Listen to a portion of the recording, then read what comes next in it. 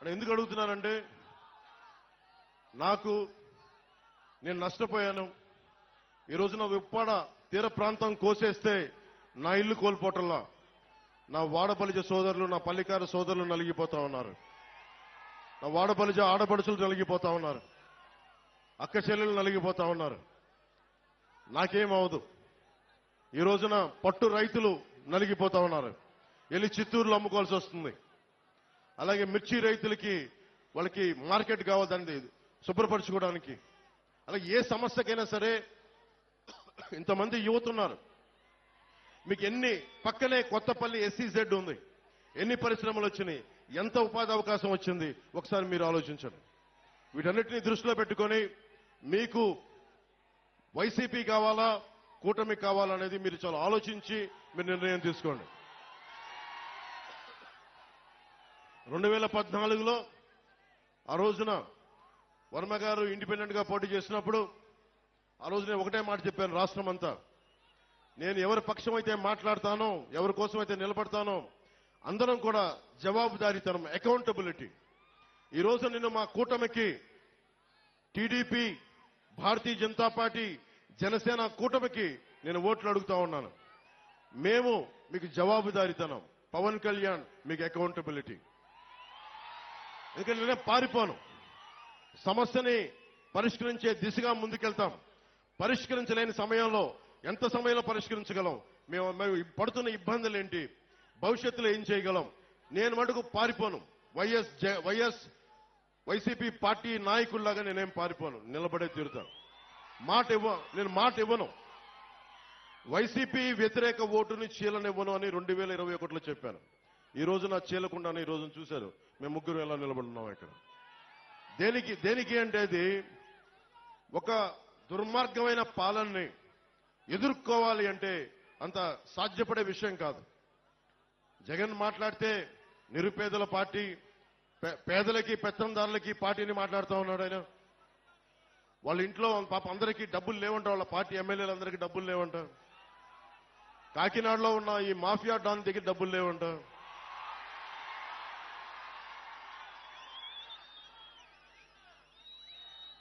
నన్ను ఓడించడానికి చిత్తూరు జిల్లా నుంచి పాపం మిథున్ రెడ్డి గారు వచ్చారు. మండలానికి ఒక నాయకుడిని పెట్టారు. అరే పవన్ కళ్యాణ్ దగ్గర ఏమంత శక్తి ఉందే? ఒక్కడి మీద ఇంతమంది కక్ష కడతారా?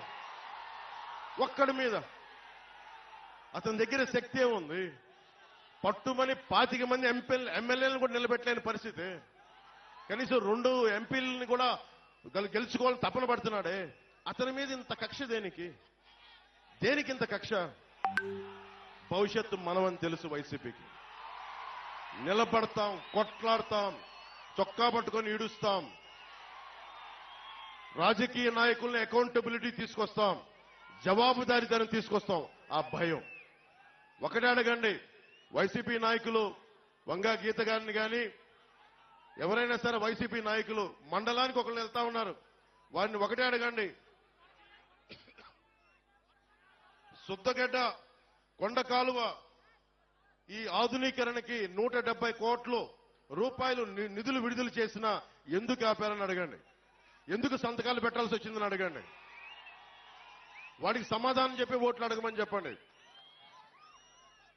చేబ్రోలు పట్టు రైతుల కోసం ఏం చేశారని అడగండి. వరద ముంపు కోసం గొల్లప్రోల్లో మన ఎస్సీ కాలనీతో సహా అన్ని మునిగిపోతా ఉంటాయి. వాళ్ళ శ్మశానం కూడా మునిగిపోతా ఉంటుంది. అలాంటి సమస్యల మీద వాళ్ళు ఎందుకు వచ్చారు?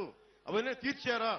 ఈ రోజున ప్రతి 54 గ్రామాలు చెప్పి తిరుగుతా ఉన్నారు. మండలానికి ఒక నాయకులను పెట్టి తిరుగుతా ఉన్నారు. ఈ 5 సంవత్సరాలు మండలానికి ఒక్కొక్క నాయకుడు ఎందుకు తిరగలేదు?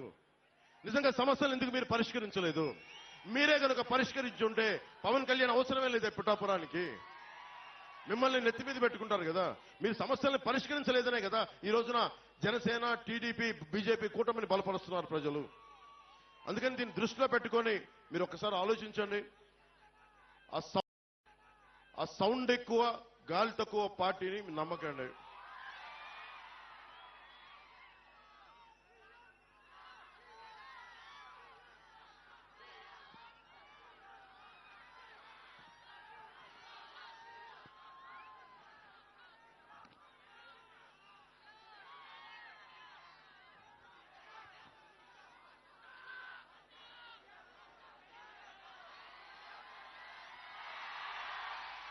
ఓ చిట్టా పట్టుకొచ్చాను వైసీపీ చేసిన దుర్మార్గాలు.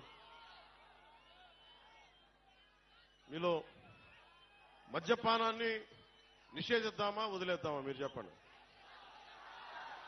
వద్దా? మద్యపానం నిషేధం కావాలా వద్దా? వద్దు, మద్యపానం నిషేధించదు. అదే కదా ఓకే. మద్యపానం అనేది ఎవరు ఎంకరేజ్ చేసేది కాదు. ఆరోగ్యాలు పాడైపోయేది. ఎక్కువ తాగితే లివర్ సిరోసిస్, ప్యాంక్రియాటిక్ సమస్యలన్నీ వస్తాయి. అది 5 సంవత్సరాలు దశాబ్దం పిచ్చి పిచ్చిగా తాగితే వచ్చే లివర్ సిరోసిస్. మన వైసీపీ బ్రాండ్స్, జగన్ బ్రాండ్స్ కూడా ఉన్నాయంట. పొద్దున్నే పేపర్లో కూడా చూసా, పవర్ స్టార్ బ్రాండ్ కూడా ఉందంట. సరే, వాళ్ళు ఏ ఉద్దేశంలో పెట్టారో తెలియదు కానీ రకరకాల బ్రాండ్లు పెట్టారు. ఆ బ్రాండ్లు తాగితే ఇప్పుడు నిజంగా మీరు ఒకసారి ఆలోచించండి. వైసీపీ నాయకుడు మద్యాన్ని నిషేధిస్తానని చెప్పి అధికారంలోకి వచ్చిన వ్యక్తి. ఈ రోజున అతను దాదాపు ప్రభుత్వాలకు తెలియజేయకుండా, స్టేట్ ఎక్స్చెక్కర్కి తెలియకుండా 40,000 కోట్ల రూపాయలు ఆదాయాన్ని వెనకేసుకొచ్చాడు. అతను చెప్తున్నాడు అతను పేదవాడు, మనం పెత్తందారులంట. పెత్తందారంటే ఏంటి? దౌర్జన్యం చేసేవాడు. ఎవడు దౌర్జన్యం చేస్తున్నాడు? వైజాగ్ హోటల్ ఎవడు దౌర్జన్యం చేశాడు? నువ్వు చేసావా, నేనేం చేసావా? మనకి ఆంధ్ర తెలంగాణ బార్డర్ లో దౌర్జన్యం చేసింది మీరా మేమా? డాక్టర్ సుధాకర్ని చంపింది, దళితుడైన డాక్టర్ సుధాకర్ని చంపింది మాస్క్ లేవని పెత్తందారి పోకడా చూపించింది మీరా మేమా? అనంతబాబు అనే ఒక ఎమ్మెల్సీ డ్రైవర్ని చంపేసి, ఒక దళిత డ్రైవర్ని చంపేసి డోర్ డెలివరీ చేస్తే అతనికి ఘన స్వాగతం పలుకుతున్నారు. పెత్తందారి పోకడా మీ వైసీపీదా మాదా? ఏం మాట్లాడుతున్నారు? ఒకసారి ఆలోచించండి. అని ముఖ్యంగా జగన్ ప్రధానమంత్రి గారు దేశమంతా డిజిటల్ కరెన్సీని చేస్తే ఒక ఆంధ్రాలోనే మద్యంలో డిజిటల్ కరెన్సీ లేదు. మీలో చాలా మంది ఎంతో కొంత మీ పెద్దల కోసం, మీకోసం సరదాగా మందు తీసుకుంటున్నారేమో. ఏ రోజున సరే మీరు కార్డులతో డబ్బులు పే చేశారా? క్యాషే కదా మీరు పే చేసింది అందరూ. ఆ క్యాష్ రోజుకి 77 కోట్ల మద్యాన్ని అమ్ముతున్నారు. దాంట్లో ఓన్లీ ప్రతిరోజు 70 కోట్ల ఆదాయం. దాంట్లో 1,50,00,000 డిజిటల్ పేమెంట్స్. అంటే ప్రతి 700 రూపాయలకి 0.07% డిజిటలైజ్ అవుతుంది. మిగతా డబ్బులు ఎక్కడికి వెళ్తున్నాయి? మిగతా డబ్బులు 20,000 కోట్ల రూపాయలు జగన్ జేబులో పెట్టుకున్నాడు. 16 కంపెనీలు, మిథున్ రెడ్డి గారి కంపెనీ, ఇంకా పెద్ద పెద్దలందరూ ఉన్నారు, అందరి కంపెనీలు, 16 కంపెనీలు. 74% సేల్స్ అంతా ఆ కంపెనీలే. అదేనా మంచి మందా? నాణ్యత లేని మందు. ఎలాంటి ఫ్యాక్టరీలు అంటే అవి కనుక్కుంటా ఉంటే 2,000 లీటర్ల బాటిల్ తయారు చేసేది 6,000 లీటర్లు చేస్తా ఉన్నారు. దాన్ని ఆల్కహాల్ కంటెంట్ తగ్గించి ప్యూరిఫై చేసే ప్రాసెస్ లో 6,000 బాటిల్స్ తయారు చేస్తా ఉన్నారు. ఒక్కొక్కళ్ళకి మతి స్థిమితం పోతా ఉంది, మూర్ఛలు వస్తా ఉన్నాయి, పేగులు కరిగిపోతా ఉన్నాయి. నేషనల్ హెల్త్ సర్వే ఆంధ్రప్రదేశ్ లో అత్యధికంగా మందు వల్ల చావులున్నాయి, ప్యాన్క్రియాటిక్ డిసీజెస్ ఉన్నాయి, లివర్ సిరోసిస్ పెరిగిపోయిందని చెప్పి నేషనల్ హెల్త్ సర్వే ఈ రోజున మనకి నివేదిక ఇచ్చా ఉంది. ఒక్కళ్ళు మాట్లాడలేదు. ఇతను చెప్తున్నాడు అతను పేదవాడంట, మనందరం పెత్తందారులంట.